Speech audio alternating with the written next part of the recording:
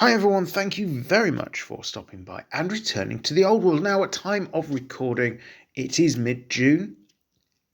The last few models I'm intending to get painted for my Empire of Man project are underway. And it's time to start thinking about the next 6 months. At the start of the year, I set myself a target of painting 1,000 points of Imperial Guard for Warhammer 40,000. So that's going to be something that I'm going to be working on, most likely in the background. However, if you do want to see some stuff around the progress I'm making on that topic, do please let me know down in the comments below, and I might throw in the odd 40k video anyway. But for a fantasy project, I'm now turning my eyes to the forces of the orcs and goblins. And with that in mind, let's have a quick look at my first purchase for this force and a look at what's in the box for the Boar Boyz mob. Let's start by having a look at what's in the box. You'll have to excuse the slight damage to the front cover there caused when removing the price tag. This didn't come from Games Workshop. I purchased this from my local friendly gaming store. But let's have a look at what's inside this fairly chunky box of models. So here we can see the content. Now the box does contain enough bits to build 10 orc Boar Boyz, either as one big unit or 2 units of 5 with full command on each. So let's have a look at some of the sprues in a bit more detail. We see 2 of these sprues. This one has enough stuff on it to make 3 boars, well at least that's the bodies of 3 boars, and has the banner option, a couple of axes and some spare arms. There's also a single shield tucked away there. These are the air quotes time new style boars. I think it is one of the challenges of the orc range that actually there are at least 3 types of boar floating around that look incredibly different from each other. The ones on the chariots are really, really old. Then you've got the quite old ones on the orc war boss, and then you've got the ones that are merely old as part of the orc Boar Boyz. Now I do think these are quite dynamic models when they're put together. I think they look pretty good and they've pretty much stood the test of time, so I'm not that concerned regarding them. I would, however, say that with this one just here, which has a spare leg just here, it's a shame that this orc boar couldn't be modelled as one piece, just to save on time spent on construction. Then we come to the main sprue. So there's again 2 of these and enough for 2 boars to be built, and then there's all of the heads. Again, the heads come in multiple parts. I probably would have liked to have seen them come in single molds, if at all possible. The bodies also then have separate legs, loads of separate arms, separate heads. There's a lot of stuff to put together, which when you consider Games Workshop figures are no longer designed to be massive things you just put together any way you like, but are to be put together in a very particular way. That's somewhat disappointing, I think. It's a bit unnecessary. What we do see here, however, is there is an alternative standard. So if you're using multiple units of Orc Boar Boy, you can have different standards on each to at least mix up the dynamic nature of them. Words failing me there as you go through. Finally, out of the box, we've got some instructions. We've got this, which is a small number of some white. They don't show up very well on this. Some red transfers. I probably won't use those. And 10 bases. Now it's the base where I have my major quibble when it comes to this set. Now, obviously, some of the older Warhammer models were designed to have sprues where the cavalry mounts, typically horses for these models, had bits attached to the feet so that they went into the base.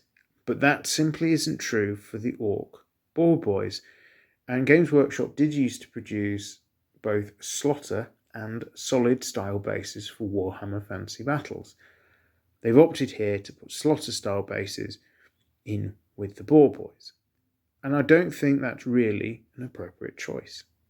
If we look again at the base against the sprue, you can see that these models are not designed for a slaughter base. In fact, if we put the base against where it will be glued down, we can see that the flat part of the base of the model, which is designed to stick to this thing, there's no way that that piece here is going to cover all of these gaps, which means I'm going to have to do some work on the bases or use an alternative basing. Now, I do believe I've got some MDF bases from my Empire project floating around. I'll need to check if I've got enough of those to base the whole of this unit. If so, that'll be quite a bonus, really, because I won't then have to worry about filling those slots in. But initial reviews, the models are looking pretty crisp. Yes, as was the way, well, Games Workshop figures were starting to go when this set was first produced, and is still, I think, the case now. They're a little bit overcomplicated to build. I don't think they needed to be broken down into quite so many parts, but maybe that's something they had to do for the tooling at the time. I don't know. It just does feel a bit like unnecessary aggro. But I will pop some of this stuff together and we'll have a look at what the painted final product looks like.